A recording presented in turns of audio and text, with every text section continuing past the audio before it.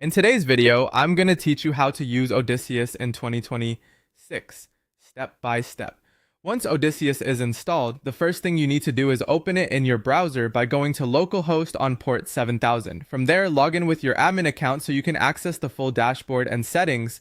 This is your starting point for everything else, so make sure you can sign in successfully before moving on.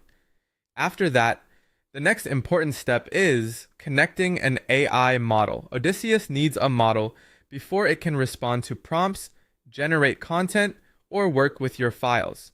You can connect a provider such as Ollama if you want a local and free option, or use cloud-based providers like OpenAI, Claude, Gemini, or OpenRouter. To do this, go to Settings, then Models, then Add Provider. From there, choose the provider you want and complete the connection. If Odysseus doesn't seem ready to answer questions yet, this is usually the first place to check. Once your model is connected, you can start your first chat, click New Chat, and type in a prompt. For example, you could ask it to summarize an article, create a content calendar for your business, or write a promotional social media post. In many ways, Odysseus feels similar to other AI chat tools, but one of its strengths is that it can work more deeply with files, tools, and agents. Next, you can upload documents to give Odysseus more context. It supports files like PDFs, Word documents, text files, and notes. After uploading, you can ask it to summarize the file, identify key points, or create a presentation outline based on the content.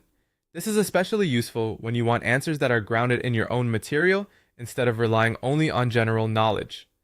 Another powerful feature is deep research. Here, you can provide sources such as URLs, PDFs, notes, or other documents, and then ask Odysseus to compare competitors, research a market, or create a business report using those materials. The benefit of this feature is that it can generate structured output and include source references, which makes the results much more useful for analysis and reporting.